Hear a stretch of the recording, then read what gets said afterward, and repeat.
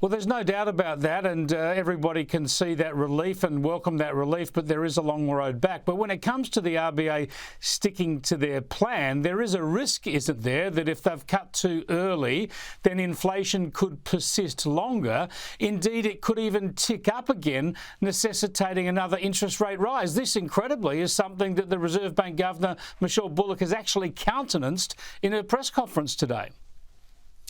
Yeah, no, it's exactly right. And we've seen exactly those circumstances in the United States, where we're seeing strengthening of inflation, a resurgence of inflation. Of course, the Fed there has held. It's not cutting rates as a result. And the Reserve Bank Governor, as you rightly just pointed out in a press conference after releasing the decision, has made the point that there's still a long way to go here, and the risks of ongoing inflation and indeed strengthened inflation are still very high. So this is far from over.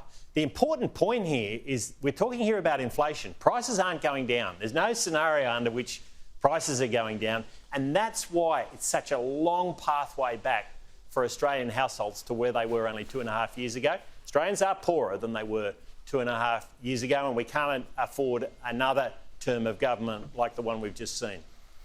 All right, there's no doubt that this is going to put some wind into the sails of Labor. There's no doubt we're headed to election sometime soon. My tip would be early April. What can you do if you win power to bring down inflation permanently and to boost productivity and get our standard of living increasing again instead of going backwards?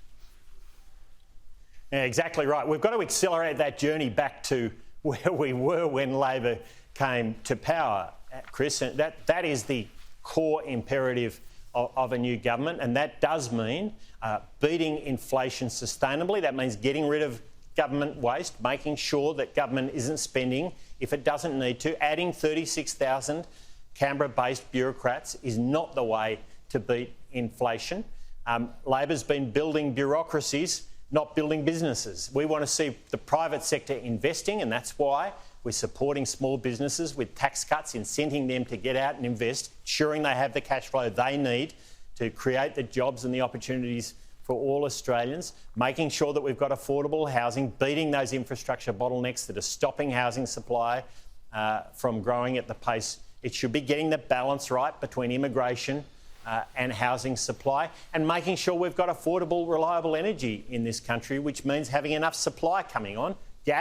Natural gas is crucial in the coming years and longer term, opening up to nuclear baseload power. I mean, these are the initiatives. It's all supply side, good back to basic stuff. We know good economic management is the way to beat a cost of living crisis, Chris. Good economic management is the way to beat a cost of living crisis, and Labor can't manage the economy. Angus Taylor, thanks so much for joining us. Good on you.